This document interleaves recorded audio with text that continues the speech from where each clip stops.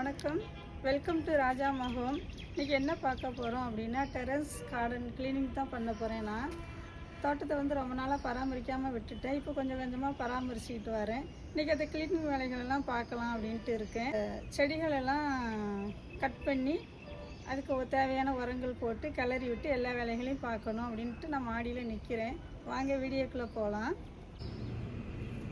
துளசி செடி நல்ல தலதலான்னு வளர்ந்துருக்கு பாருங்கள். அதை சுற்றி தேவையில்லாத செடிகள் நிறைய இருக்குது. அதெல்லாம் நம்ம கைட்டு பிடுங்கி எடுத்துட்டு கிளறி விட்டு உரம் போடணும். அது வேரோடு நல்ல கைட்டு பிடுங்கினோடனே நல்லா வந்துருச்சு. ஆள் இல்லைன்னொன்னே கண்ட செடியெலாம் முளைச்சிருச்சு. எல்லா செடி கூடையும் கிளறுது இந்த மாதிரி வச்சுட்டு இப்படி கிளறணும். நம்ம இது ரொம்ப நாள் கிளறாமல் இருந்ததுனால நல்ல மண் உறைஞ்சிருச்சு.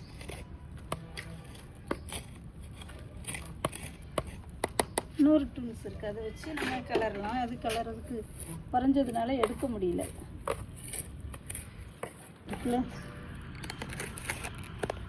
மண்புழு இருந்தால் தான் செடி நல்லா வளரும். இவ்வளோ கிளறினாலே போதும். அடுத்து இந்த லெமன் கிராஸ்ன்னு அப்படியே போட்டுட்டு போயிட்டேன்னா அது நல்லா எடுத்துக்கலாம். இது கைட்டு எடுத்தாலே வந்துடும்.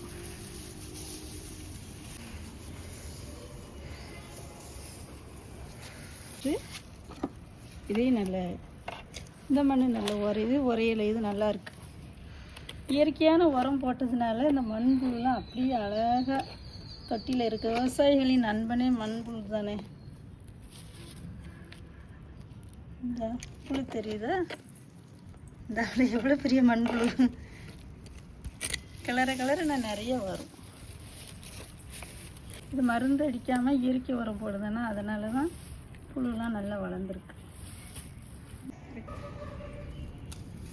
கைட்டு வரக்கூடியதெல்லாம் நான் பிடுங்கி எடுத்துட்டேன். கையில் வராததில் இப்போ கட் பண்ணி எடுத்துக்கிட்டு இருக்கேன். செடி இந்த மாதிரி கட் பண்ணி மண் கிளறி விட்டு நம்ம பார்த்தா தான் அது நல்லா வரும். எல்லா லீஃபுமே நம்ம கட் பண்ணியாச்சு. தேவையில்லாதெல்லாம் இப்போ நான் கட் பண்ண உடனே பாருங்கள், தொட்டியை பார்க்கவே அழகாக இருக்குது. இதையும் நல்லா க்ளீன் ஆயிடுச்சு, இதுவும் நல்லா க்ளீன் ஆயிடுச்சு. இங்கே லெமன்லாம் ஏற்கனவே நான் கட் பண்ணியிருக்கேன், வாங்க பார்க்கலாம். இந்த லெமன் மரம் நான் லாஸ்ட் வீடியோவில் பார்த்தீங்கன்னா காஞ்சி குச்சி குச்சாக இருந்தது. அதை நான் அதை எல்லாம் கட் பண்ணி மெயின்டைன் பண்ணிக்கிட்டு இருக்கேன். எல்லாத்தையும் கட் பண்ணி நல்லா தளிராக இருக்கிறது மட்டும் வச்சுருக்கேன். நல்லா உள்ளுக்கு கிளறி விட்டு உரம் போட போகிறேன். இனிமேல் தான் உரம் போட போகிறேன். இந்த அலமண்டா கொடியவும் தேவையில்லாதெல்லாம் நான் கட் பண்ணி எடுத்துட்டேன். இது இன்னும் கொஞ்சம் கட் பண்ண வேண்டியது இருக்குது. மல்லிகைப்பூ செடி இது இந்த பழுத்தது எல்லாமே கட் பண்ண போகிறேன். இது கட் பண்ணிட்டோம்னா புதுசாக வர்றது நல்லா உரம் போட்ட பிறகு நல்லா வரும். இது குண்டு மல்லி இல்லை, அடுக்கு மல்லி தான். பூ பூத்த பிறகு நம்ம பார்ப்போம். இது இல்லாமல் நல்ல இலை ஃபுல்லு பழுத்துருச்சு. நல்ல லீஃபெல்லாம் நம்ம விட்டுடலாம், அதை கட் பண்ண தேவையில்லை. செடி வளர்த்திங்கன்னா இந்த மாதிரி கட்ரு ஒன்று வாங்கி வச்சுக்கோங்க. கட் பண்ணதுக்கு ரொம்ப ஈஸியாக இருக்கும். இதை மண்ணை கிளற போகிறேன் நான்.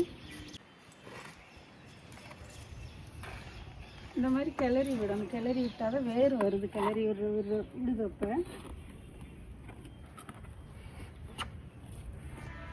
நான் ஃபஸ்ட்டு இங்கே இருக்கும்போது நல்ல வாரம் 10 நாளைக்கு ஒரு வாட்டி கிளறி உரம் போடுவேன். நல்ல மண் புழுன்னு நல்லா உதிர்ந்துக்கிட்டு நல்லா இருக்கும் இந்த கலவை மண். இப்போ பார்த்தீங்கன்னா நல்லா உறைஞ்சிருச்சு. அதை வச்சு நம்ம கிளறிட்டு இதை வச்சு கிண்டி விடலாம்.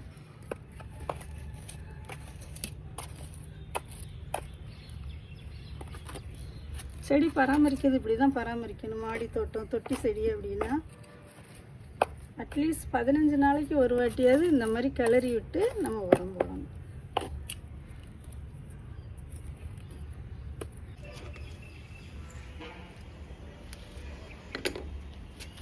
இது வச்சு இதையும் நம்ம கிளறிக்கலாம்.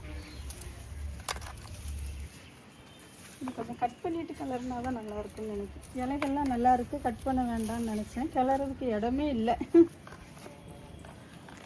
மண் நல்லாயிருக்கும்.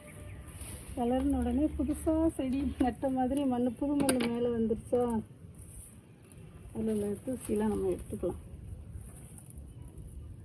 ஆஞ்சி போனதுலாம்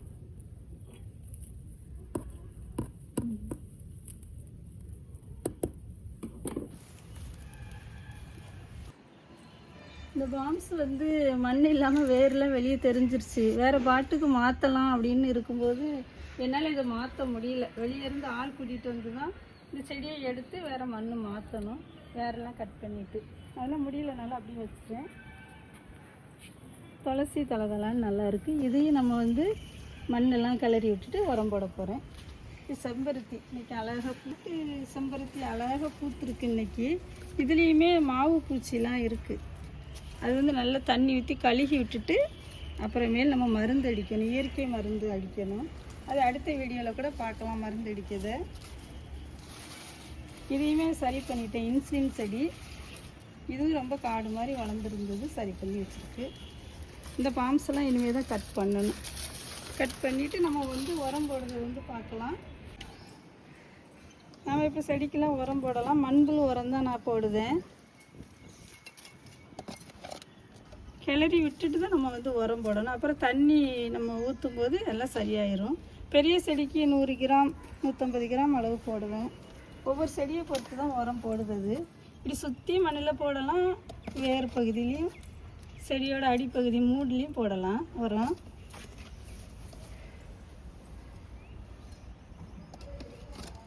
இப்போ கிளறி விட்டு உரம் போட்டோடனே செடி வந்து புதுசாக வச்ச மாதிரி இருக்குது. 15 நாளைக்கு ஒரு வாட்டி நம்ம உரம் போடலாம். இதுக்கு உரம் போடலை. இந்த சைடு வந்து நம்ம சரி பண்ணிட்டு தான் உரம் போடணும். இந்த துளசிக்கு போட்டுக்கலாம். துளசி வந்து நம்மளுக்கு முக்கியமான செடி இல்லை. செடியிலே ராஜா துளசி செடின்னு தான் சொல்லுவேன் நான்.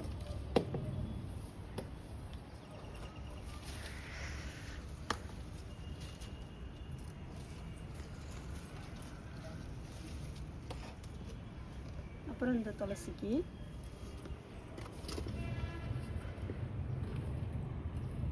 லெமன் கிராஸ் டீ போடுவேன். சூப்பராக இருக்கும். வீட்டில் இருந்து எடுத்துகிட்டு போய்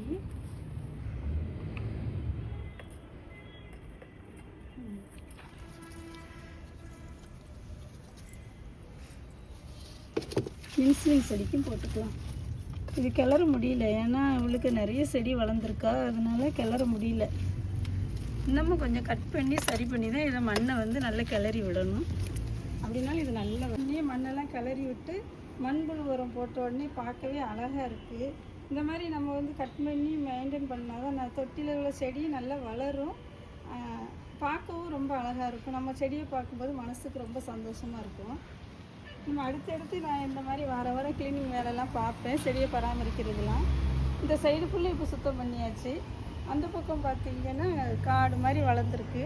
அதை கொஞ்சம் கொஞ்சமாக நான் வந்து சரி பண்ணலாம் அப்படின்ட்டு இருக்கேன். சரி பண்ணும்போது ஒவ்வொரு வீடியோ நான் போடுவேன்.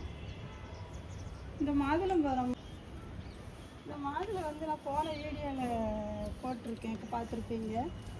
குச்சாக இருந்துச்சு, இலையே இல்லாமல். நான் வந்து அது வேண்டாத கிளைகளெல்லாம் வெட்டி எடுத்துட்டு அந்த மண்ணெல்லாம் கிளறி விட்டு மண்புழு உரம் போட்ட உடனே இப்போ நல்லா தளிர் வந்துருச்சு, பூ நிறைய வச்சிருச்சு.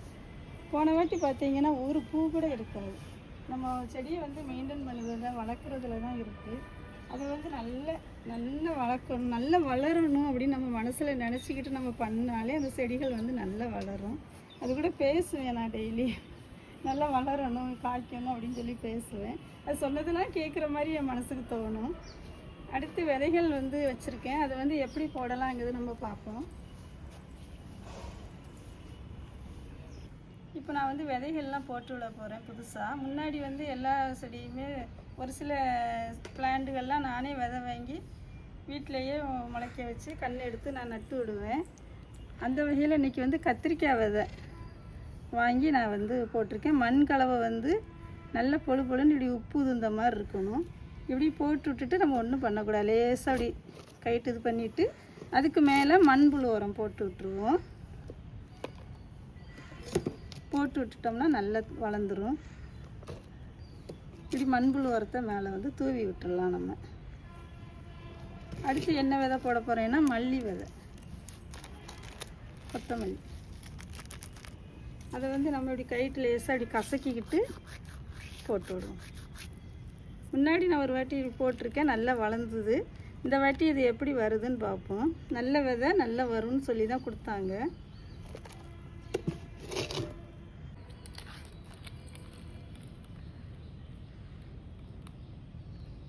ரெண்டு விதை, ரெண்டைக்காய் விதை வந்து 2 விதை ஊண்டி விடுதேன். ஏதாவது ஒன்று நம்மளுக்கு வந்து வளரும்ல. வளர்ந்ததுக்கப்புறம் ஒரு செடியை நம்ம எடுத்துடணும். 2 செடி இதில் வைக்கக்கூடாது. அதுக்கு மேலேயும் கொஞ்சம் அதுக்கு வந்து ஊட்டச்சத்து மண்புழு வரும்.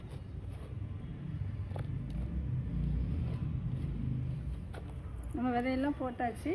அடுத்து செடி வந்து எப்படி கண் வருதுங்கிறத நம்ம பார்ப்போம். வளர வளர நம்ம வந்து ஒவ்வொரு வீடியோலையும் ஒன்று நான் வந்து உங்களுக்கு போட்டு காமிக்கலான் இருக்கேன். இதுலேயும் வெண்டைக்காய் விதை தான் ஊன போகிறேன். 2 விதை போட்டு விட்டாச்சு. வெண்டைக்காய் விதை மண்புழு உரம் மேலே போட்டுடலாம். போட்டுட்டு தண்ணி தெளித்து விடணும். தண்ணி ஊற்றக்கூடாது. தண்ணி நம்ம அடுத்து தண்ணி தெளித்து விடலாம். நம்ம வந்து தண்ணி வந்து இப்படி தெளித்து விட்டால் போதும், தண்ணி ஊற்றக்கூடாது. ஊற்றினோம் அப்படின்னா விதையெல்லாம் அங்கேயும் மண்ணுக்குள்ளே வடியில் போயிடும். இந்த அளவுக்கு தெளித்து விட்டால் போதும். டெய்லி மழை பெஞ்சால் அது கூட தேவையே இல்லை. தண்ணி ஊற்றணும், உடனே தண்ணி ஊற்றிடணும். அப்படின்னா உரம் வந்து நல்லா வேரில் போய் நல்லா பிடிக்கும். இது மண் ஆல்ரெடி இப்போ மழை பெஞ்சதுனால மண் கொஞ்சம் ஈரமாக தான் இருக்குது. அதனால் இந்த உரம் நனையிற அளவுக்கு நான் வந்து ஈரமாகிற அளவுக்கு தண்ணி லேசாக தெளிக்கிறேன். அப்படி செடிகள் மேலேயும் நம்ம தெளித்து விட்டால் ரொம்ப நல்லாயிருக்கும் செடி பார்க்க. என்னோடய கார்டன் வந்து இப்படி தான் நான் மெயின்டைன் பண்ணிக்கிட்டு இருக்கேன். இன்றைக்கி ஓரளவு என்னால் முடிஞ்ச க்ளீனிங் பண்ணி மண்ணெல்லாம் கிளறி விட்டு உரம் போட்டிருக்கேன். உரம் போட்டு மண்ணெல்லாம் கிளறி விட்ட பிறகு செடியே ரொம்ப அழகாக இருக்குது. இன்னும் அடுத்தடுத்து வேலைகள் நிறைய இருக்குது. மாடியில் விதைகளும் போட்டிருக்கேன். அது எப்படி முளைக்கி அப்படிங்கிறத நம்ம பார்ப்போம். அடுத்தடுத்து செடிகள் அது முளைச்சி வரும்போது எப்படி இருக்குங்கிறத வீடியோவில் காமிக்கிறேன். ராஜா மகம் சேனலுக்கு சப்ஸ்கிரைப் பண்ணுங்கள். தேங்க்யூ.